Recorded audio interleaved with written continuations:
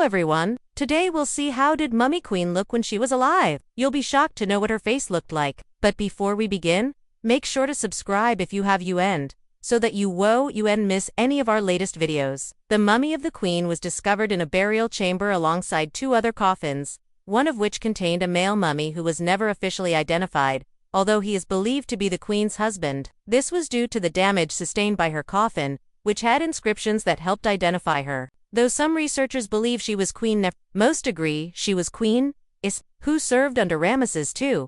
It is possible that she passed away in her 40s or 50s, based on the ages of other women of the same social status who lived during the same time period. She was almost certainly born around 1290 BC and died around 1225 BC, although this is pure conjecture. In a royal tomb, the entrance to which has never been discovered, the mask itself is a work of art, but it does not accurately reflect the Queen's physical appearance. For example, the Egyptians kept detailed records of their rulers, including their physical characteristics. These records include written descriptions as well as images and sculptures. While they don't specifically describe the Queen's appearance, they do give us a general idea of what women of her social class looked like. For example, a bust of Queen Nefertiti, who reigned during the 18th dynasty, gives us an idea of what an Egyptian queen might have looked like during the Queen's lifetime. The bust depicts a woman with an elongated neck, a small waist and large almond-shaped eyes. She is also wearing a distinctive crown called a nenes, which was often worn by female members of the Egyptian royal family. Another artifact that can help us visualize the Queen is a series of reliefs that depict her and Ramesses II in various poses. The reliefs show a strong, confident woman with a narrow waist and hips and a slightly protruding stomach, which was considered a sign of fertility and beauty in ancient Egypt.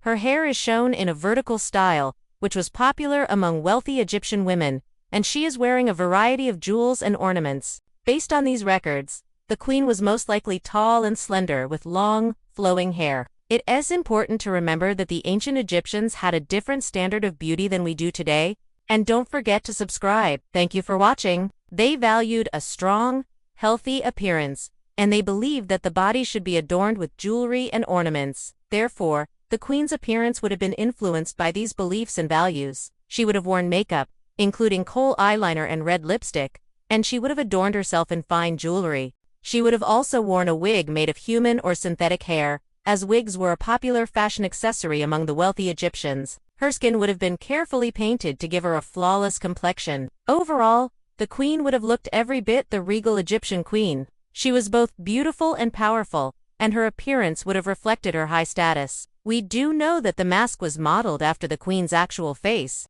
According to Howard Wexler, a professor at the University of Pennsylvania, who has studied ancient Egyptian art, the Queen's mask was most likely intended to represent her ideal form rather than her actual appearance. This involves pouring molten gold over the mummy's face and then allowing it to harden. The resulting mask would have been incredibly detailed, and would have captured every nuance of the Queen's facial features. However, this technique would have also made it difficult to change the mask once it had been created.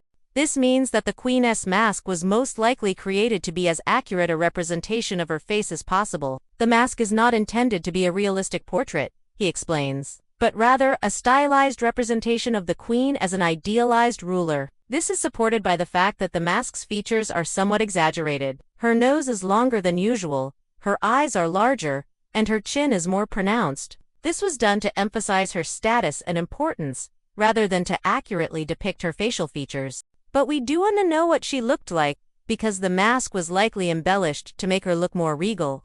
The mask was probably meant to convey the Queen's power and authority rather than her actual physical traits. This is because the Egyptians believed that their rulers were divine and were expected to look the part. The Queen's mask was most likely created to project an image of perfection rather than to capture her unique features. According to historical accounts, this would have been considered the ultimate honor. The journey to the grave would have begun with a procession that would have taken several weeks to reach the burial site. The Queen's journey to the afterlife would have been marked by a funeral that was as lavish and spectacular as her life. Along the way, her coffin would have been carried on a huge sled, and the procession would have been joined by mourners, who would have walked behind the coffin, singing hymns and prayers. Once the coffin arrived at the burial chamber, it would have been lowered into the ground and covered with the soil. The mourners would have then gathered around the grave and thrown soil over the coffin to seal it. They would have also offered prayers and gifts to the dead queen, asking that she'll be received into the afterlife with open arms. The burial chamber would have been filled with the queen's favorite possessions, such as food,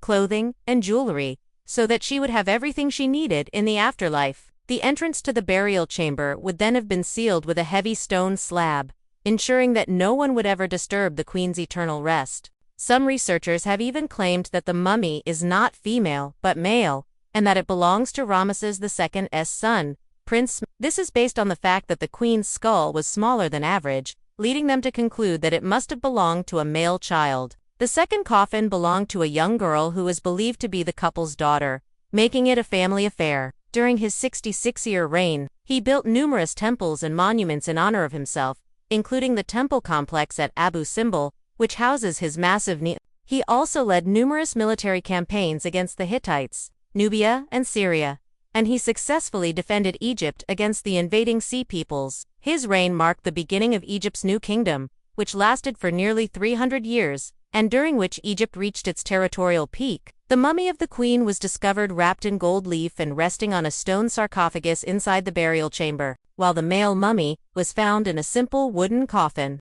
The sarcophagus lid had a depiction of Osiris, the god of the underworld, which may indicate that the man was thought to be a member of the royal family. Very little is known about the queen's early life, but it is known that she was the great of praises, his beloved wife and his partner. The queen's name, however, has been lost to time, and no records exist of her parentage or any siblings she may have had. She may have been related to Queen Isabella, who was married to King Siaman, but this is only speculation.